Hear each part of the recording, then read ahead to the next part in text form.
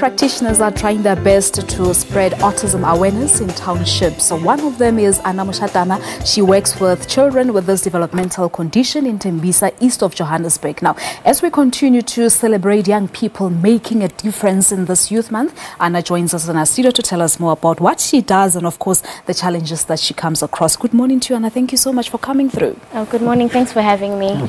Now, you are a registered autism technician and also an undergrad for psychology. Yes, I am. What does an autism technician do? Okay, so basically what an autism technician does is work with kids with autism. So we use a therapy called ABA, which is applied behavioral analysis.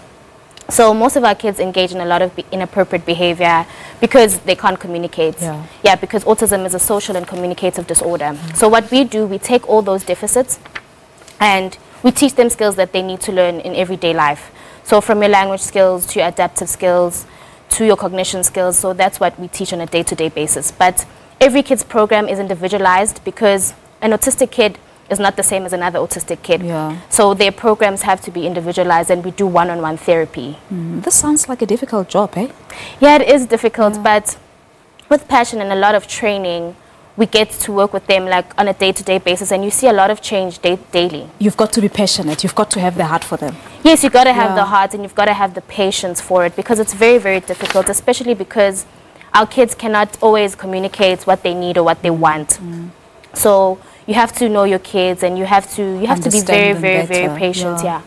But autism, in terms of its prevalence in South Africa, I was reading a report, I think the one back in 2010 was actually indicating that 1 in 110 children are autistic in South Africa, but the one that was released in 2012 was saying 1 in 86 children are autistic in South Africa. As the years go by, it becomes more and more because I feel like people are starting to get to know more about it and they're starting to actually take their kids to hospitals to actually be diagnosed because I work for the Star Academy and we actually discovered that in Tembisa there's about 5 kids that get diagnosed every week or something like that. And these parents don't know where to go. The doctors don't know where to take them. So that's when we actually started the Tembisa Outreach Project. So I facilitate a support group to also support the parents with the psychologist at Tembisa Hospital, Alicia. Because I wanted to ask about the parents. Are they acceptance of their children's condition? Because some would be saying, no, yeah, because a lot of people do not have the knowledge about what autism is. It's very difficult for parents, especially when you don't have that information and the resources to find out more. It's very difficult. Like people will come and say, no, your child is bewitched or you didn't take care of yourself when you were like still pregnant or stuff like that. But with more and more information going out there, I think it's getting better. I think it's getting better. But for a parent who's watching this interview from home and suspects or Manaka might be autistic, but I'm not quite sure. Are there signs perhaps that you can actually get to identify from a child to say this child might be autistic?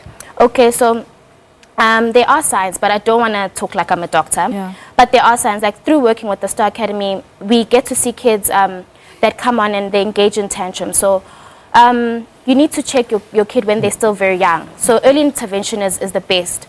So around 3, 4, if your child is not talking at all, no communication skills, engaging in a lot of behavior, like aggressive behavior, because they do get frustrated because they can't communicate. So they can't communicate at all, or is it not being able to say certain words? Yeah, there are kids who are totally nonverbal. So some kids are born with autism and then others grow up and they talk and then they regress. So it's different for different kids, so it's not always the same.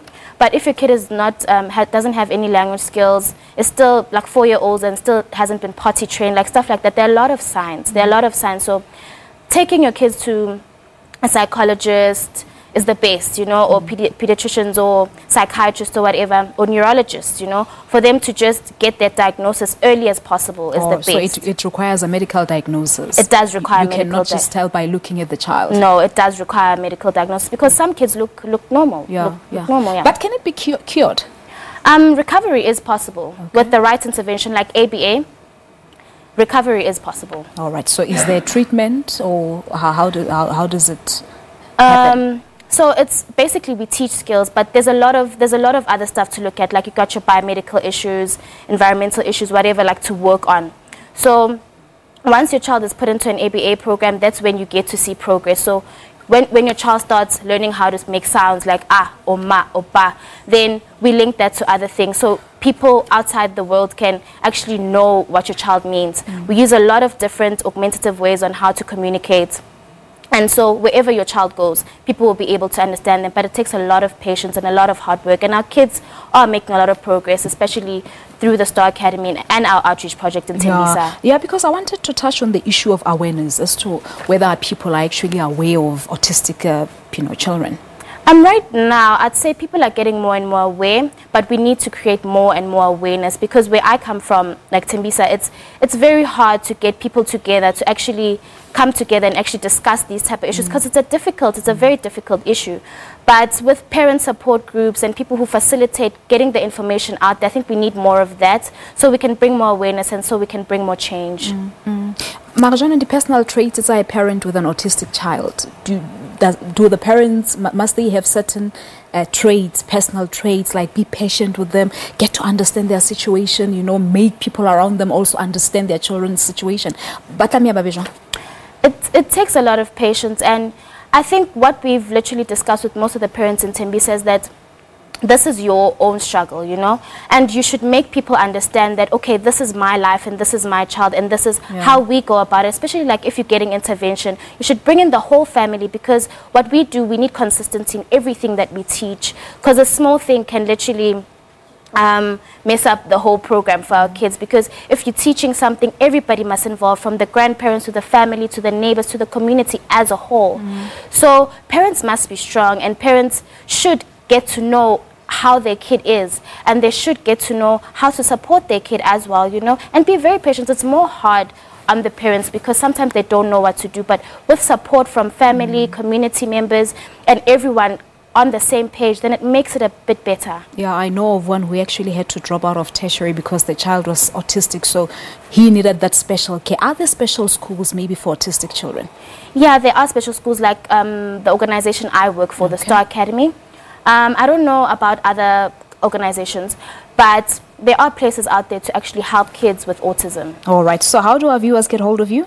You can go on the Star Academy website. It's www.staracademy.co.za.